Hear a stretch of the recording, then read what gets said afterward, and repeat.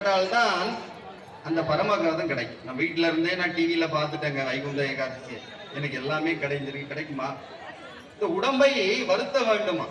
இந்த உடம்பு வருந்தினால்தான் இறைவனை அடையக்கூடிய இந்த வழி உபாயம் கிடைக்குமா? அதுக்கு தான் நோன்புன்னு பேர்.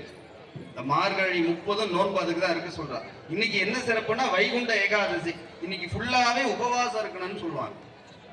யாரெல்லாம் காலையில இருந்து உபவாசம் இருக்கின்றீர்களோ இந்த 5 புலன்களும் அடங்குமா, ஒடுங்குமா. இந்த ஆசையில வழங்கப்படாதான், மாயில போய் சிக்காதான். பசி இருக்கும் பொழுது என்ன ஆகும்? இந்த உடல் உறுப்புலாம் கொஞ்சம் சுருங்கும், அதனுடைய செயலை மீண்டும் புதுப்பிக்குமா. அப்போ நம்முடைய எண்ணங்கள்லாம் ஒருங்கிணைக்கப்படும். அப்ப நம்ம யாரை நினைப்போம்?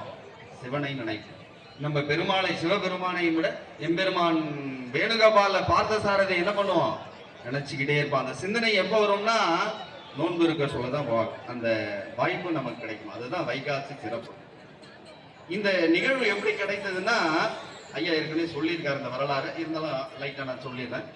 அசுரர்கள் தேவர்களையும் முனிவர்களையும் இந்த உலகத்தை எல்லாம் துன்புறுத்தி இருந்தாங்களாம். அதுல இருந்து மீட்க சுவாமி என்ன பண்ணாரா, முரண் என்ற அசுரர்கிட்ட 1000 ஆண்டுகள் கடுமையான சண்டை போட்டார்.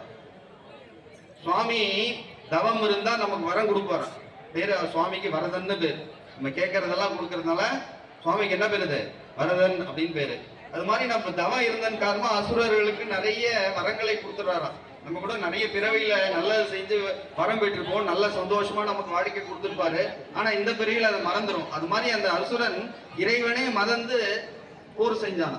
அவரை ரட்சித்து அனுக்கிரகம் செய்து அழித்து ஆட்கொண்ட நாள் தான் இந்த வைகுண்ட ஏகாதசி. அப்புறம் அவங்க பிரார்த்தனை செய்தாங்களாம், நான் மட்டும் இந்த சொர்க்கவாசலை அடையக்கூடாது, யாரெல்லாம் இந்த வைகுண்ட ஏகாதசிக்கு வந்து இந்த பரமபத வழியா வந்து செவிக்கிறாளோ வழிபடுறாளோ அவங்களுக்கு எல்லாருக்குமே சொர்க்க வாசலை தர வேண்டும் என்பதாக சுவாமி பிரார்த்தித்து அனுகிரகம் செய்கிறார். அதனால இன்னைக்கு எல்லாம் என்ன பண்ணோம்?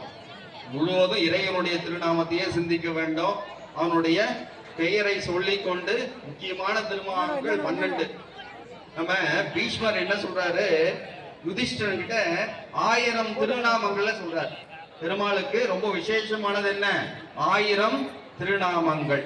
அதை யாரெல்லாம் சொல்றாங்களோ அவங்களுக்கு வைகுண்டம் நிச்சயம் அப்படின்னு சொல்றாரு. அதுதான் சகஸ்ரநாமம்னு சொல்லுவாங்க. இப்போ விஷ்ணு சகஸ்ரநாமம் நம்ம ஆலயத்துல சொல்றோம் இல்லையா, அது அவருடைய அருளால இந்த நாமங்கள் வெளிப்பட்டது. அதுலயும் ரொம்ப சிறப்பானது 12 திருநாமங்கள். நம்ம எழுந்த உடனே இந்த 12 திருநாமங்களை சொல்லும். சுவாமி நம்ம அலந்த பட்டாச்சியார், வரத பட்டாச்சியார், ஸ்ரீதர் எல்லாரும் அவங்க என்ன சொல்றாங்க? டெய்லி இந்த திருநாமத்தை சொல்லுவாங்க. மாதவாய நம, கேசவாய நம, மதுசூதனாய நம, கோவிந்தாய நம, திருவிக்ரமாய நம, வாமனாய நம, ஸ்ரீதராய நம, பத்மனவாய நம, நாராயணாய நம.